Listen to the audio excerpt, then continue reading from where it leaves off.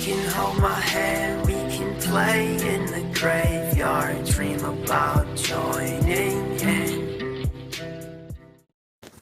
Hello everyone, it is Esther here and welcome back to my channel. So today I'm going to be talking about a very disappointing, shit, overhyped, really bad film, which was The Platform.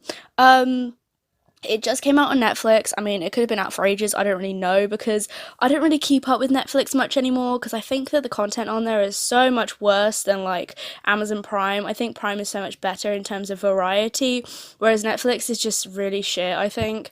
They do have some good originals, don't get me wrong. Stranger Things for one. I mean, I've been watching You right now, which is kind of shit, but like I'm sort of hate watching it. What else? I'm Not Okay With This, I've been watching that. Elite, yeah, the list goes on. There are a lot of really great shows on there. Sex Education as well, great show. But yeah, there are so many great, there's so much great content on Netflix, but there are also some stinkers, some really bad original films. I don't know if The Platform's an original. I can't remember, but it did come out on Netflix recently, and I just didn't like it very much. I was told by my filmmaking teacher that it was like Snowpiercer, and Snowpiercer is such an incredible film. I love it. So I was really excited to see like a Snowpiercer sort of fuck rich people movie, you know? Love them. I love them a lot. But this film for me was just weird. I didn't get it. It ended up being really religious in the ending. I won't spoil too much of it, but I mean, I still don't think it's worth watching. If you're into all of that religious stuff, I'm not judging you. It's just I wanted a film that was more like Snowpiercer, and I feel kind of lied to, you know, because Snowpiercer doesn't really delve into that too much, I don't think. But yeah, The Platform, it's basically about like a multi-level prison basically. You could either go there for committing crimes or you can like put yourself in there and you'll get like a huge reward at the end, like a diploma or something. And basically the whole thing is to do with food. So, first of all, you can bring in one thing, one item from the outside, and keep it for the entire time you're there.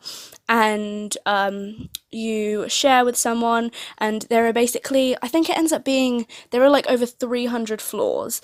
And as there's like this platform that travels between them, there's two people per floor, and the platform starts at the top, and there is a ton of food on it, like a shit ton. There's so much food. And it starts at the top and then it goes down a level and you eat, then it goes down a level and the other people eat, and you know it just continues. But it turns out that like as you get down, people really don't like to share, and you end up with literally no food, so people start killing each other and eating each other. This one woman brings in a dog, and let's just say not very nice things happen to the dog. So if you don't like films where bad things happen to a dog, don't watch this film because it made me very upset. It's just, yeah, I get the whole like idea of, you know, people at the top don't like to share their wealth and they're very greedy even though they have everything. And you can try really hard to ration things, but you know, it will just always be the same. People at the top don't like giving stuff away. And I think that was a good message that came out of it. However, there wasn't much to it other than that. It would have made a great Black Mirror episode, but it's just not very film worthy. It was just way too long. Like, you totally understood the premise of it within the first half an hour. You know, it could have been condensed into an episode of Black Mirror or like a different anthology show or something.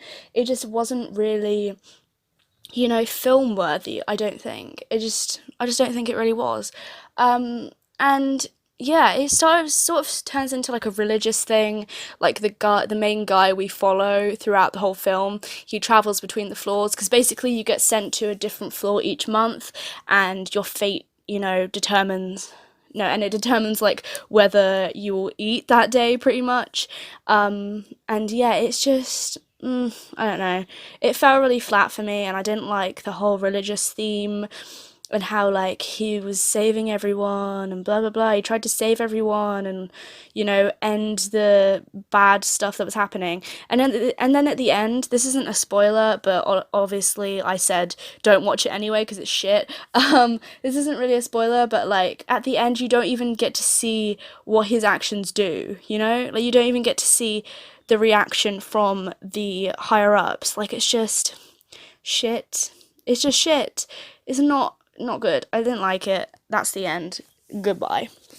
The question of the day is, what are your least favourite book adaptations? And I have seen a lot of films from my favourite books. In fact, a new film coming out soon, which I'm really excited about. I don't know where they're going to release this, because obviously cinemas are closed right now, but, wait, what's it called?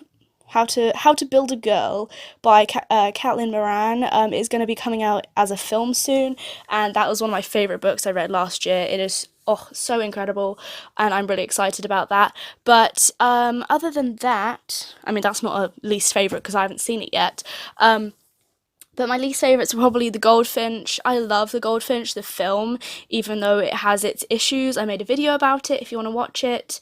But the book, obviously, is just so much better. And people have said that it's unadaptable, and I agree, because the book is just so immense that you would either have to make it into a TV show or just leave it as a book, because there's just too much to unpack in terms of the characters' inner thoughts that weren't in the film. And also, the Mortal Instruments film, not very good. I still enjoy it because I have good memories tied to it, but I'm reading the books right now, and yeah, it's just not that good. Don't like it very much.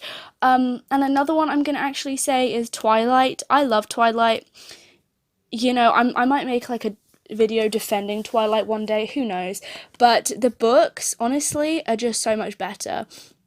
I read all of them when I was like way younger than I am now, like 10 or 11. I was like 10 or 11 years old when I read them, and now I've reread the first book, and Edward is so much better in it. Like, honestly, in the films, Edward's like a proper asshole. Like, I'm really sorry, but he's really not, lovable. But in the books, he's actually funny, and he's a really good person. And, if you just want a silly romance book to read, just read Twilight, because it's actually really not that bad. It's really good, and there's a reason that it was so popular. But yeah, enough of me rambling. I hope you guys enjoyed this video. I will see you guys tomorrow, hopefully, if I keep this up. I love you. You know what? I love you. I hope you have a good day. Bye.